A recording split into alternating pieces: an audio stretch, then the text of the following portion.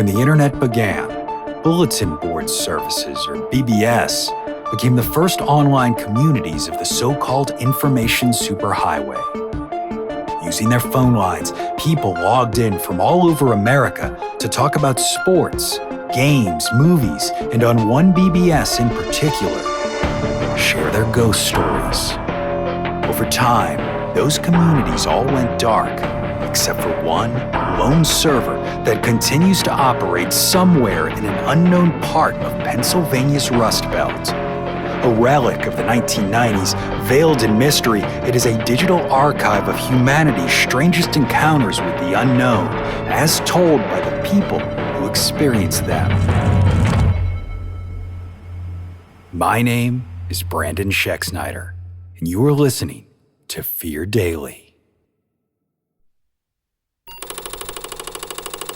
Subject: the McAllister House. User: Evermax2. Posted March 23, 1998. I still don't drive past Elmwood anymore. Not if I can help it, at least. That street, just a cracked asphalt ribbon in the middle of Tyler, feels like a place I don't belong. I know it's probably just my imagination, but every time I so much as glance down that road, I swear I can see Nick standing in the overgrown yard of that old, boarded-up house, waving like it's still 1986. Aside from my older brother shipping off to basic, that summer started like any other. The days were stereotypically hot enough to fry an egg on the sidewalk, and the usual East Texas smell of pine and cut grass was thick in the air. School had just let out, and I was beyond ready for the freedom that brought, wasting every waking minute out on my bike, avoiding my little sister, and, of course, trying to toe the line of how much trouble I could get into before my parents put the clamps down. Then Nick showed up. I first saw him one morning in late June. He was sitting on the porch of the old McAllister house, the one that had been empty for as long as anyone could remember. Nobody wanted to live there. It was too run down and too close to the creek that always flooded. But there he was, barefoot, wearing a faded Empire Strikes Back t-shirt and cut-off jeans, eating an orange popsicle like it was the best thing in the world. "You live here?" I asked, pulling up on my bike. He squinted at me, sunlight bouncing off his blonde hair. "I do now. Dad's fixing it up." That was Nick. Straightforward, no frills. We clicked immediately. By the end of that day, we were taking our bikes through the woods behind the Miller's farm, shooting the shit at the rusty old train bridge, and daring each other to see if he could jump the creek. Nick was fearless in a way I wasn't. Always the first to go barreling down a dirt hill or suggest sneaking into places we weren't supposed to be. He seemed to have a knack for finding all the ways to do exactly what I was looking for in that summer, walking right up to the line of how much trouble I could get into without getting my butt beat.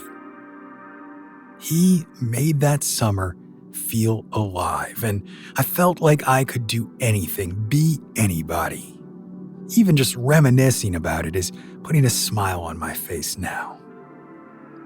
Most days, we went hopping from one adventure to the next. Nick spinning wild tales of aliens landing in the woods or treasure buried beneath the drive-in's crumbling concession stand. Real Goonies type stuff. At least, we thought that's what it was. It's what we wanted. Anyway, he told me he'd moved around a lot. His dad worked in construction or something, he said. But he didn't seem to mind because he always found something to do everywhere he went. Always knew how to find a friend like me who got it.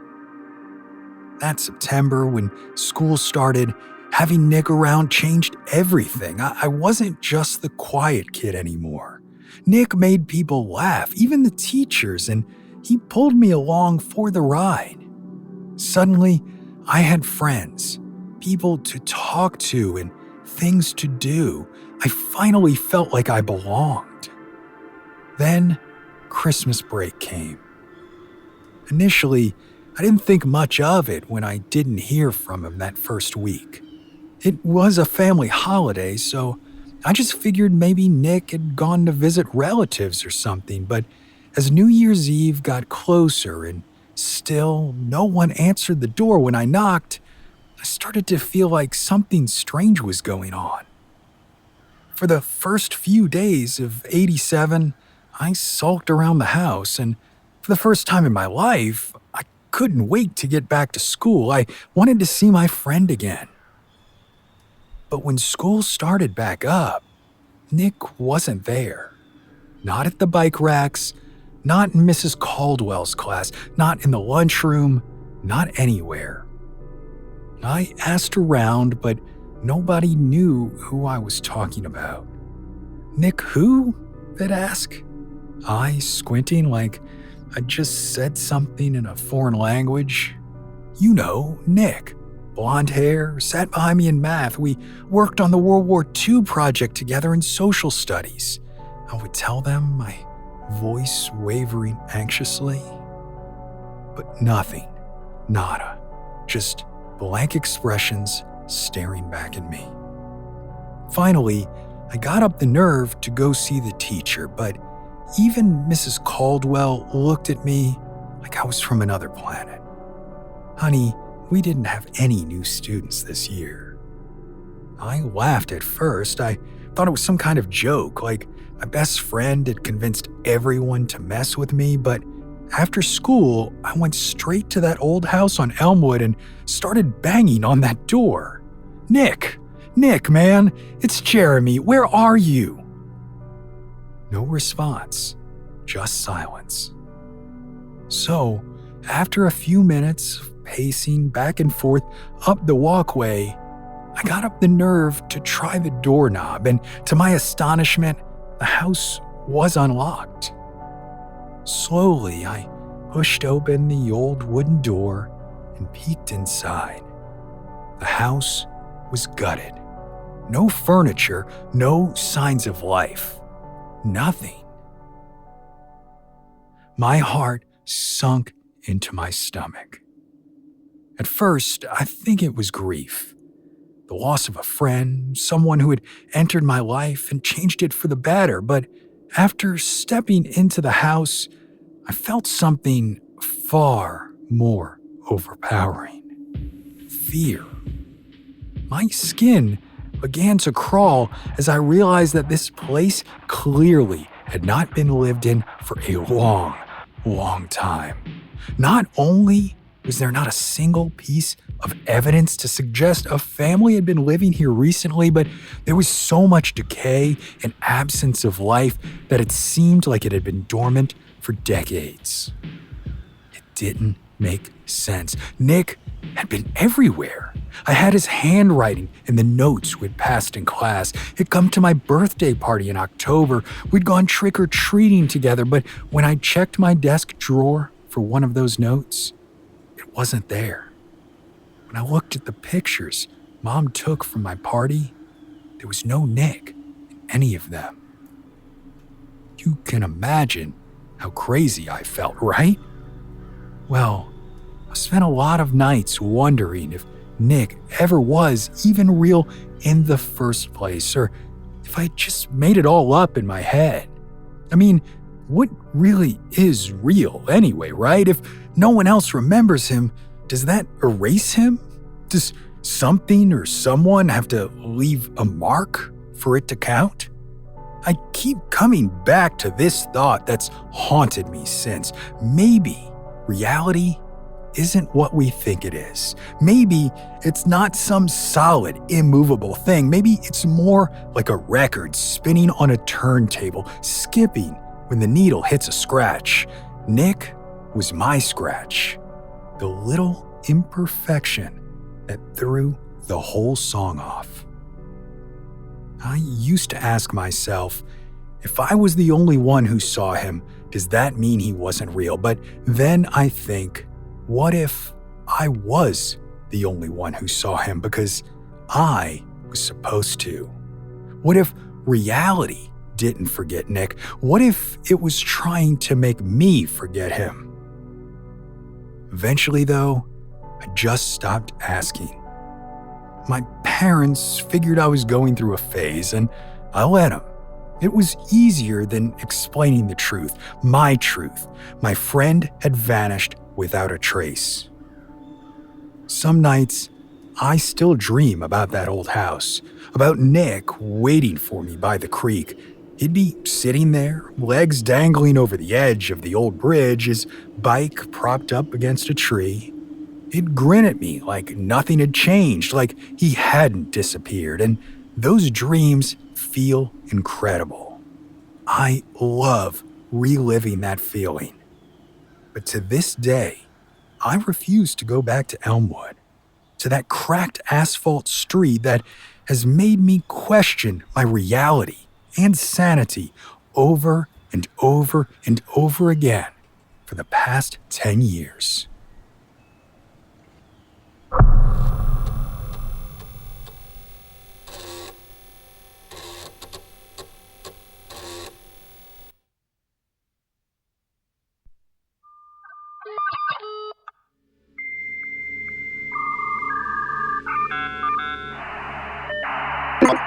Subject, the mailbox. User, enters Hi-Shy. Posted June 8th, 1994.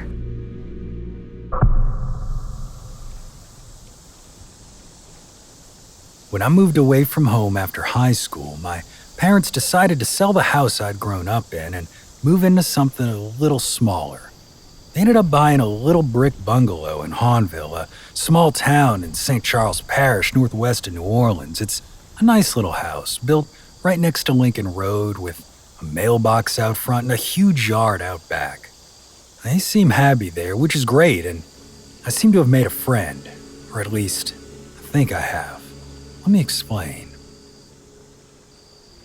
Whatever my folks couldn't sell or give away from the old house was packed into a big yellow Ryder truck that my dad nominated me to drive.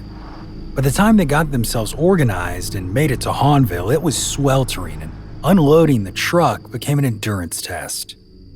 By mid-afternoon, I was thirsty enough it qualified as a medical emergency, so I assumed what I saw was some kind of hallucination. It was just a quick glimpse, movement in the grove of oak trees that separates my parents' properties from their neighbors at such a height that it couldn't possibly have been real.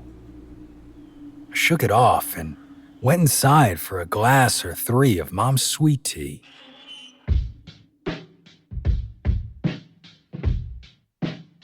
The next time I saw the thing that lives in my parents' neighborhood, it was impossible to ignore.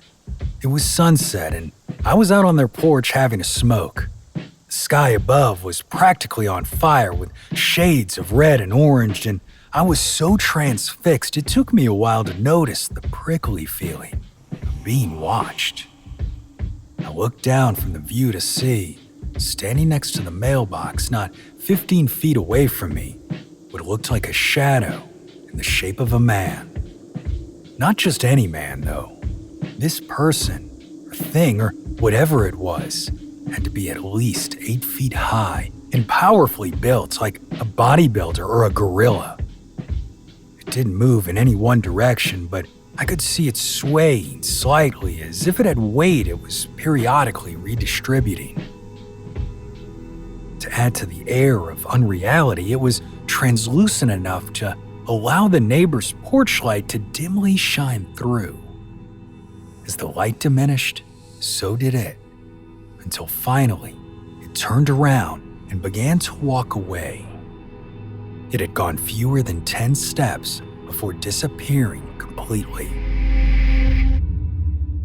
Once it was gone, I sat there for almost half an hour trying to comprehend the experience.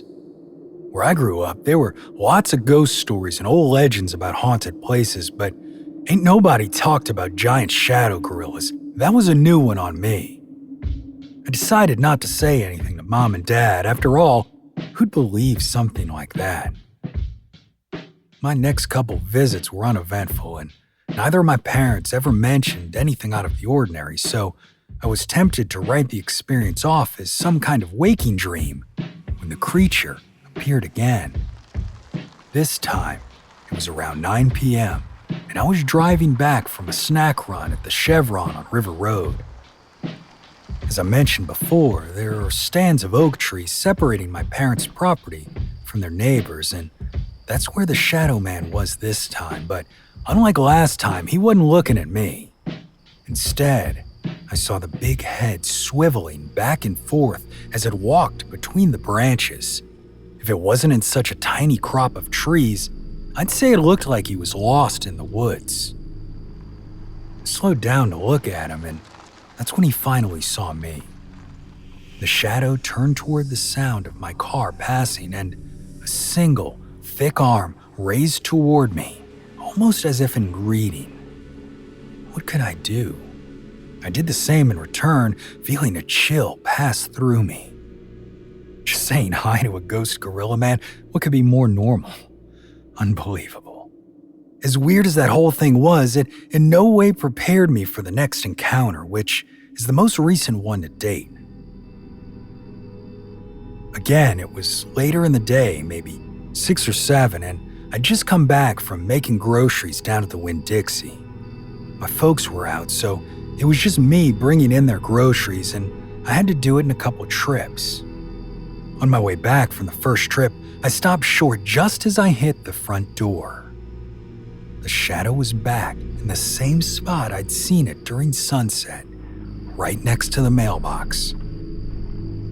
As I watched, the shadow actually leaned on the mailbox, its chin resting in its palm.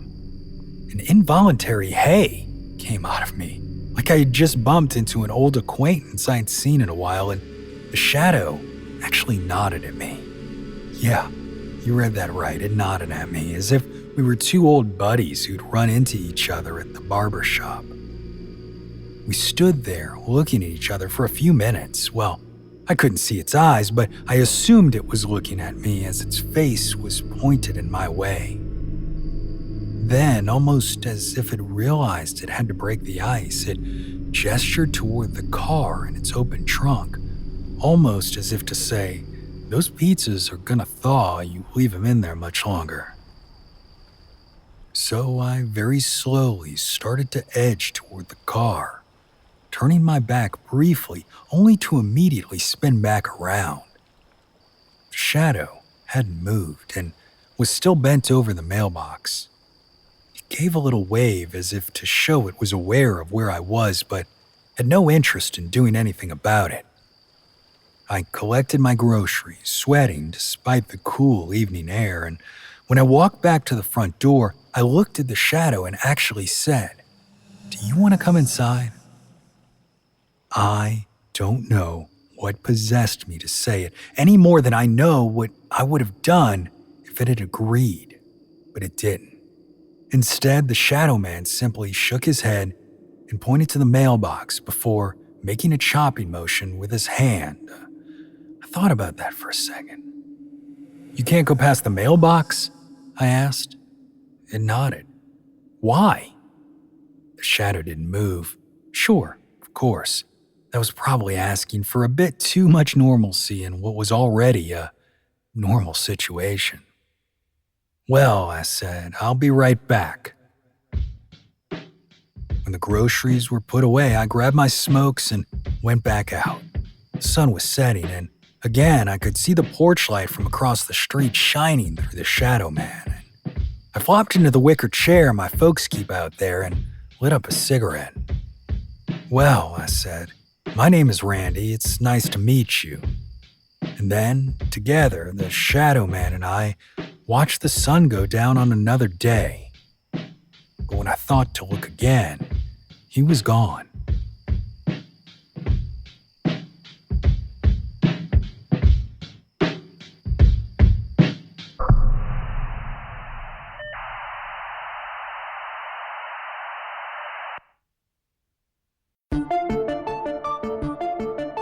Fear Daily is an independent podcast hosted by Brandon Schexnayder and written by Brennan Storr, with Joanna Smith serving as the consulting editor, audio production by Rachel Boyd, and sound design by Southern Gothic Media.